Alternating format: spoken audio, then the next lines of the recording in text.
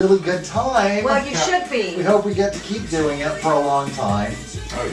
What are you doing for advertising? How do you get your money? Well, right now, that's why I had that question. We're trying to get a sense of what our numbers are so that we have something to present to them. Exactly. One of the things you told us when we first were talking with you at Global, whatever it was, was that it was that people, like, we love that people listen live, but mostly it's about people listening to the downloads. And that number was the number that had originally gotten you your first big sponsor. And we can't figure out what that number is, and we can't get anybody who can tell us how to figure out. So we're working on it. Who do you use as your server? It's SecureNet. SecureNet. SecureNet is the company that provides for the actual listeners.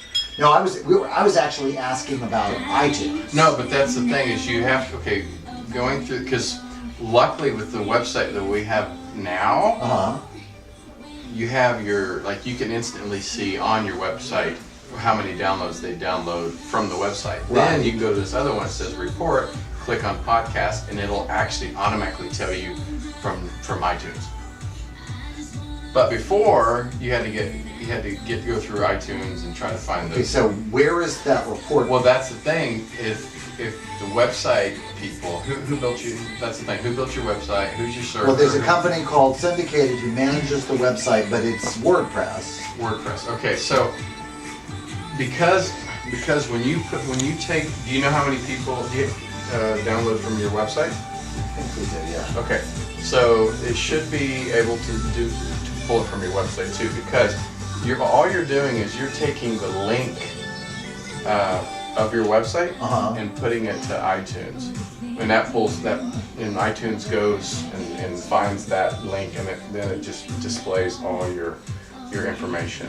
So the website should be able to determine that. If they can't, so through WordPress, you're saying is the way. WordPress or any. Who did what? Well, we have this. We have a Faith Network that built ours. They're our host. They're our string. They're our web designer and all that stuff. So it's all in one spot. At GBB, I had to go here and I had to go there and I had to do this and look at that. And it's called Faith Network. Is that what Faith? Well, that's who built our website. Yeah, Faith Network. But they're also our host. Yeah, they're our host and our streaming.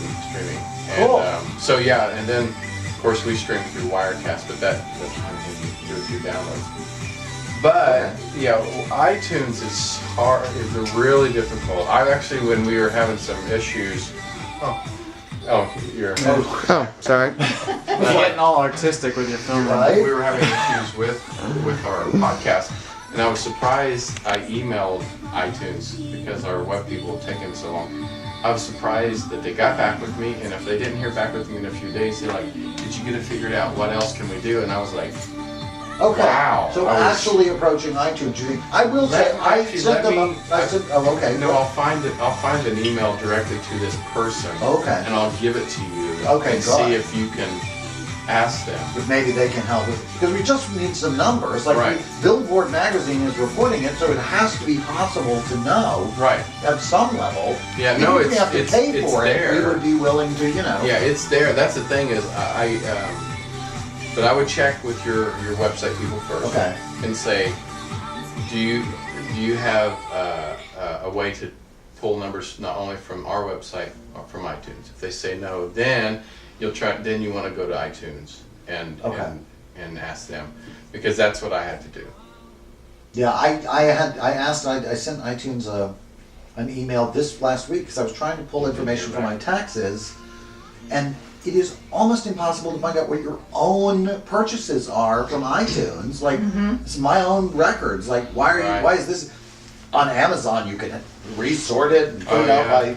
They're incredibly helpful with it. So I wrote them and said, this really isn't worthy of you guys. You make a great product, and you should do a better job of this. And they literally wrote me back. No, I've been responded to.